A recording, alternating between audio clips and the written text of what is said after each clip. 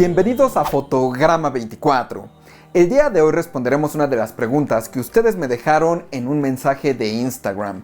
Al igual que Gabriel, tú puedes hacer la pregunta en un próximo video. Me puedes escribir en Instagram o Twitter como David Arce-2, la página de Facebook de Fotograma 24 o aquí mismo en la caja de comentarios. Recuerda que si quieres que aparezca tu pregunta, tiene que ser de interés general para la comunidad de Fotograma 24. Y bueno, lo que nos dice Gabriel Galindo es lo siguiente. Hola, yo tengo una pregunta. ¿Por qué hay algunas series que van cambiando el formato de la película? A veces aparecen las líneas negras y a veces las quitan. El único ejemplo que se me ocurre es The Mandalorian. Y es que sí, últimamente hay como una tendencia por parte de los cineastas de grabar en distintos formatos y posteriormente añadir las barras negras. Y lo que hacen los estudios es decir, bueno, esta película la vamos a sacar en IMAX. Entonces durante ciertas escenas quitamos esas barras negras para que la imagen se vea más grande. Y cada vez está esta tendencia más y más de cambiar los formatos cinematográficos a lo largo de la película o las proporciones de imagen. Pero el primero que realmente lo hizo y tenía un objetivo era Christopher Nolan. Yo siempre he sentido que Christopher Nolan lo que quiere hacer es cine realista. Esa es su visión, que las películas no se sientan tan fantasiosas, sino que sean películas fijadas en el mundo real.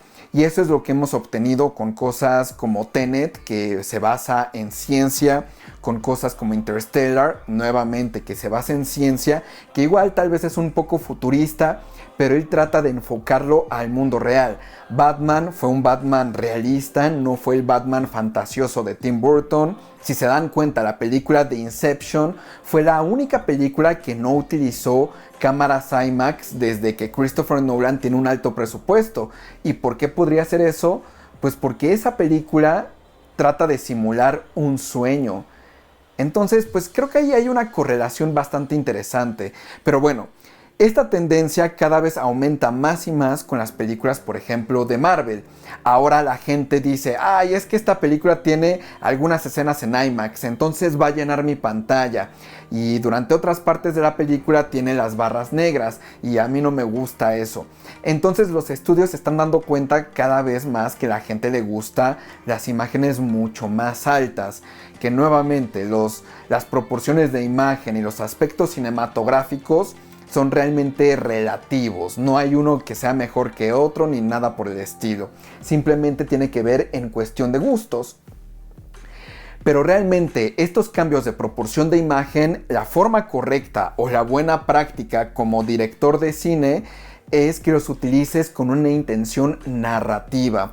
Hay una película que seguramente a muchos de ustedes no les gusta, pero a mí me encanta por su genialidad, por la forma de llevar la historia y por cómo hace el comentario social, y se llama Viene de Noche, It Comes at Night. Y es algo bastante interesante porque gran parte de la gente no se dio cuenta que hay una intención en cuestión de los formatos cinematográficos. El director lo utiliza perfectamente para contar su historia. Y es que cuando estamos en el mundo real, cuando están pasando las cosas en el día a día del personaje principal, tenemos un formato ultra ancho de la película, muy tradicional. Pero cuando el personaje se va a dormir y empieza a tener pesadillas o empieza a tener sueños, las barras negras aumentan de tamaño, la imagen se vuelve mucho más comprimida. Y muchos no notaron eso. Y la intención es que haya una sensación subconsciente de que algo no está bien. Y el efecto se logra bastante efectivo, porque sí, en algunos momentos sientes que hay algo que no está correcto, pero no sabes precisamente apuntar a él. Y es eso, que la imagen se volvió más pequeña. Y lo interesante es hacia el final de la cinta. Igualmente, como sucede en la realidad, tenemos el formato ultra ancho, pero ya cuando vemos que todos empiezan a pelear, se empiezan a tratar de matar, poco a poco la imagen se empieza a hacer más pequeña, más pequeña. Las barras negras empiezan a aumentar de tamaño y al final mucha gente no sabe qué es lo que es real y lo que es un sueño. Pero ese aspecto de que las barras negras van aumentando de tamaño es justamente lo que te revela si el final fue un sueño o el final fue en el mundo real. Y ahí pues hay una intención narrativa que la utilizó excelente el director, porque te genera una sensación de extrañeza. Ahora, cuando tenemos películas como Black Widow que simplemente están cambiando de formato porque así se les antojó, pues puede ser un poquito distractor, porque en las películas de Marvel, específicamente en esas que ya se los he comentado, no hay ningún beneficio en hacer la imagen más grande. No tiene mejor resolución, no está utilizando esas partes de la imagen que estaban ocultas para mostrarnos cosas diferentes. Realmente Marvel yo creo que es el peor ejemplo de cómo se debe de utilizar un cambio de proporción de imagen o de los formatos cinematográficos. Hay otras películas, o por ejemplo la serie de televisión que nos menciona Gabriel, The Mandalorian. En The Mandalorian hay un segmento donde sale como un monstruo gigante y las barras negras se hacen bastante pequeñas. ¿Y por qué Jon Favreau decidió cambiar entre los dos formatos? Primero, el formato ultra ancho es el formato cinematográfico o que así conocemos. Y pues mucha gente utiliza ese formato para hacer sentir una película mucho más épica. Normalmente puedes utilizarlo cuando sabes que la mayor parte de acción o de situaciones se van a apreciar mejor en un formato mucho más ancho y no tan alto. Un ejemplo de eso es dos personas platicando y quieres tenerlas a las dos en la misma toma a una distancia considerable. Imaginemos que estamos haciendo una película sobre el COVID-19 y necesitamos demostrar que tenemos que mantener una sana distancia. Un formato ultra ancho nos podría tener ciertas tomas donde la gente convive a largas distancias y tenerlos a los dos en el mismo cuadro. Tiene una intención narrativa, tiene un objetivo. Entonces las películas normalmente utilizan ese formato porque toda la acción puede caber en ese canvas y realmente las demás cosas que pueden suceder en el cuadro se expanden hacia los lados. Otra razón por la que las películas se graban en formato ultra ancho es que es una imagen mucho más grande. A pesar de que nuestras televisiones pareciera lo contrario, en realidad es una imagen mucho más grande porque cubre nuestra periferia y mantiene la misma resolución de altura. Entonces permite cubrir nuestra visión periférica y nos envolvemos más en la historia. Se siente todo mucho más épico. Estas son algunas de las razones por las que se utiliza ese formato ultra ancho. Realmente la única limitante es que aproveches el espacio horizontal y que no requieras tanto del espacio vertical. Pero en esa escena en específico de The Mandalorian vemos a un monstruo gigante que claramente se saldría del cuadro en una imagen ultra ancha. Entonces lo que hace Jon Favreau para poder tener dos objetos de distintas dimensiones en una misma escena es tener un formato que sea mucho más ancho porque se adecua mejor a lo que quiere contar en ese momento Jon Favreau. En ese caso yo siento que está justificado porque nos permite ver la masividad de este monstruo y podemos ver movimientos muy verticales que realmente no suceden a lo largo de toda la serie, sino solamente en esta sección en específico, y al mismo tiempo podemos ver que el Mandaloriano es pequeño, es insignificante en comparación a esta bestia. Entonces la intención es que se sienta como algo épico, algo que en cuestión de altura te sorprenda, que las proporciones te hagan decir es que es imposible que esta personita pueda derrotar algo tan gigante. Te permite tener a los dos objetos en un mismo cuadro. Entonces ahí hay una intención narrativa. En ese caso yo estoy totalmente de acuerdo. Si la única intención de quitar las barras negras es que llene la pantalla de tu televisión, a mí en lo personal me parece terrible. Esa no debe de ser la intención de no tener las barras negras. La intención de no tener barras negras es realmente que haya una intención narrativa. De igual manera, utilizar el formato ultra ancho indiscriminadamente también puede ser un pecado. Hay muchas películas que he llegado a ver que se verían muy beneficiadas de un formato mucho más cuadrado, un poquito más alto y no tan ancho. Hay películas que se sienten como demasiado claustrofóbicas en esa franja de imagen, que no debería de ser así, que dices, es que esta película sí debería tener imagen más hacia arriba. Por ejemplo, Dune, la película que hizo Denis Villeneuve, es una película que se aprovecha al máximo en su formato ultra ancho, porque todos los paisajes, la soledad, los desiertos, estas construcciones, estos paisajes están diseñados para verse en una imagen ultra panorámica. Sí, hay algunas escenas en IMAX que quitan las barras negras, pero realmente la composición de esa película está diseñada para un formato ultra ancho y así se aprovecha. Ya se los he comentado que cuando tú grabas en formato ultra ancho, tú no debes de añadir las barras negras. Debes de utilizar un lente anamórfico para que así la altura de la imagen y toda la resolución de la imagen permanezca dentro del cuadro.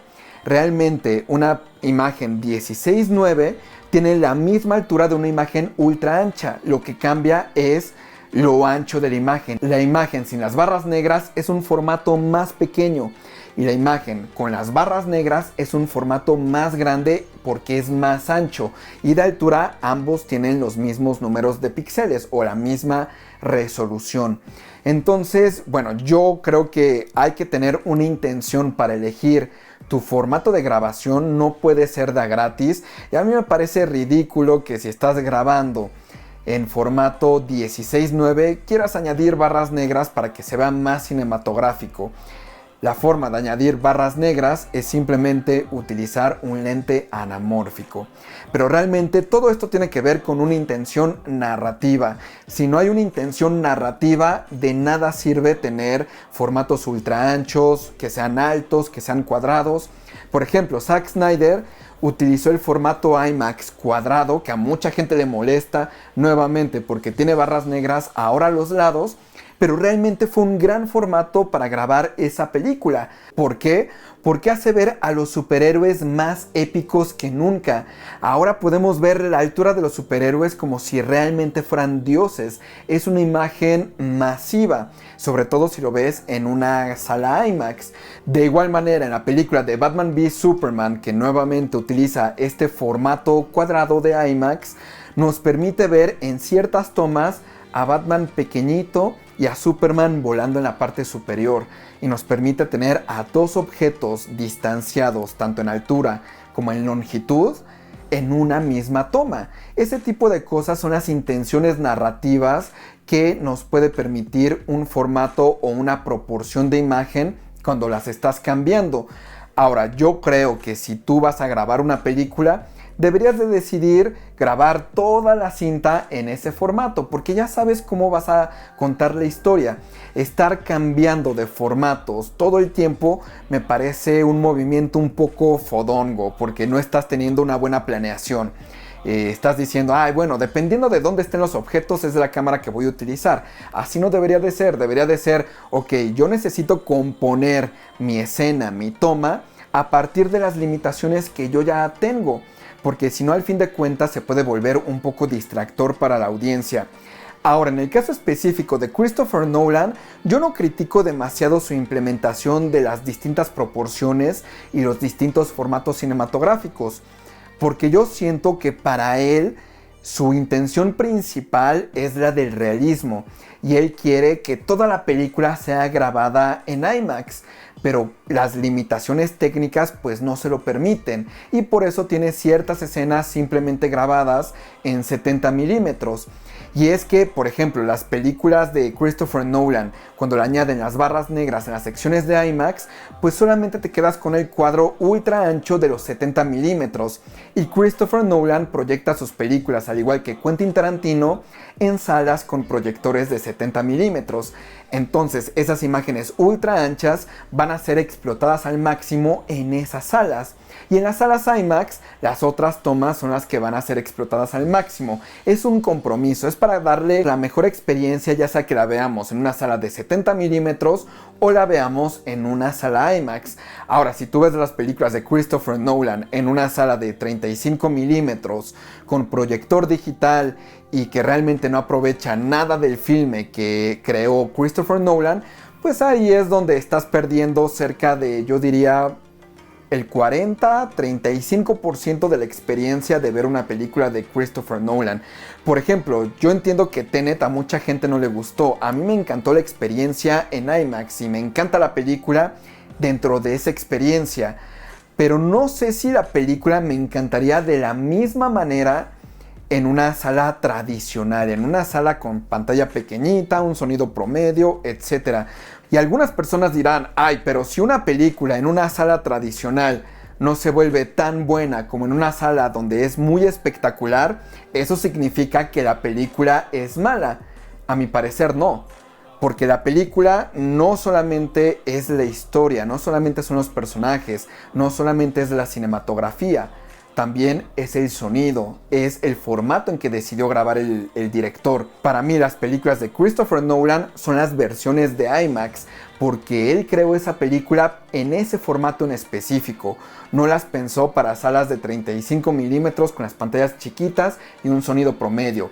No, él creó toda la experiencia, todo lo que él diseñó, lo diseñó para una sala de ese tipo, de esas salas épicas de las pantallas IMAX. Y bueno, pues espero con esto haber resuelto tu pregunta sobre las proporciones de imagen.